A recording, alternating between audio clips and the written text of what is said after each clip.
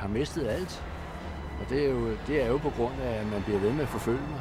Advokat Stig Ehrmann, jeg har et par spørgsmål, jeg gerne vil stille dig. Jeg har ikke nogen kommentar. Hvordan kan det være, at I nu trækker Peder Schmidt i fogedretten igen?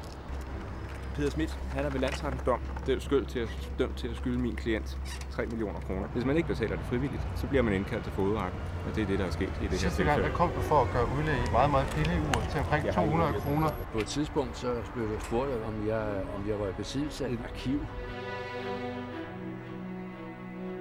Arkivet indeholder sagsmapper for hver enkelt investor. Jeg har ikke yderligere kommentar. Du har ikke yderligere kommentar?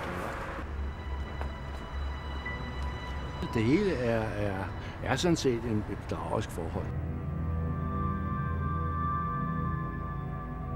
I første omgang så er det på Top Danmarks side den daværende administrerende direktør, Michael Pram Rasmussen, der underskriver det. Og så er det Helge Kofod, direktør i Top Danmark Invest, der underskriver. Der bliver det aftalt, at arkivet det skal ikke være hos Top Danmark, og det skal opbevares hos en anden mand. Jeg har set nok samtlige papirer i det arkiv. I min verden, der er sådan noget ulovligt at kalde for svindel. Det er det også i min. Du siger, du har nævnt det over for Top Danmark. Ja, jeg har haft adskillige møder med Top Danmark om det. Jeg tror, man er kommet så langt ud i den her sag, at man kan ikke stoppe. Man er nødt til at køre linjen ud.